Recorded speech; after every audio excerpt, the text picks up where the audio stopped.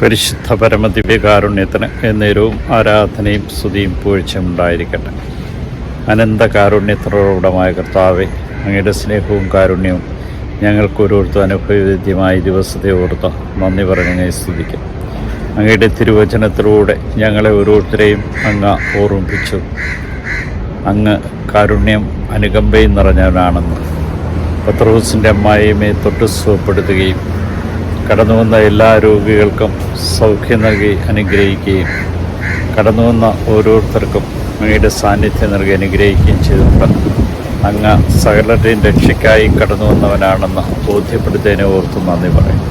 കാരുണ്യവാനായ കർത്താവേ, ഇന്നേ ദിനത്തെ ഇതാ നിൻ്റെ കരങ്ങളിലേക്ക് സമർപ്പിച്ചുകൊണ്ട് ഞാനങ്ങേ ആരാധിച്ച് സ്തുതിച്ച് മഹത്വപ്പെടുത്തും. പലപ്പോഴും ഞങ്ങളുടെ ജീവിതത്തിൽ വന്നു പോയിട്ടുള്ള എല്ലാ കുറവുകളെയും അങ്ങ് ഏറ്റെടുത്ത് ഞങ്ങളെ അനുഗ്രഹിക്കുകയും വിശുദ്ധീകരിക്കുകയും ചെയ്യണമേ. കാരുണ്യവാനായ കർത്താവേ, രോഗികളായിട്ടും പൈശാചിക ബന്ധനത്തിൽ കഴിയുന്ന എല്ലാവരെയും നിൻ്റെ തിരുമുമ്പിൽ നിൻ്റെ സൗഖ്യം, നിൻ്റെ സംരക്ഷണം, നിൻ്റെ സുരക്ഷിതത്വം അനുഭവിക്കുവാൻ കൃപ നൽകി ഇവർക്ക് ഓരോരുത്തർക്കും അനുഗ്രഹം നൽകണം. ഞങ്ങളുടെ ശുശ്രൂഷയുടെ കരങ്ങൾ അനുഗ്രഹത്തിൻ്റെ കരങ്ങളാക്കി മാറ്റുകയും ഞങ്ങൾ പ്രാർത്ഥിക്കുകയും ശുശ്രൂഷിക്കുകയും ചെയ്ത എല്ലാവരെയും അനുഗ്രഹിക്കുവാനും ദൈവകൃപാവരത്തിൻ്റെ നിറവിലേക്ക് അവരെ ഓരോരുത്തരെയും കൂട്ടിക്കൊണ്ടുവരുവാനും കൃപ നൽകി അനുഗ്രഹിക്കണം.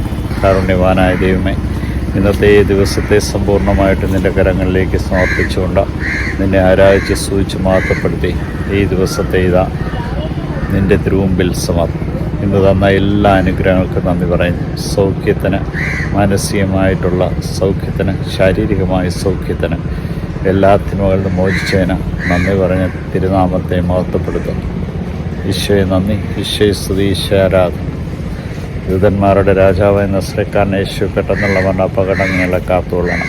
പ്രഭാതത്തിൽ എഴുന്നേറ്റ് അങ്ങ് മഹത്വപ്പെടുത്തുവാൻ തക്കവിധം കൃപാവരം നിങ്ങൾക്ക് നൽകി അനുഗ്രഹിക്കണം. ഈശോയെ നന്ദി, ഈശോയെ സ്തുതി, ഈശോ ആരാധന.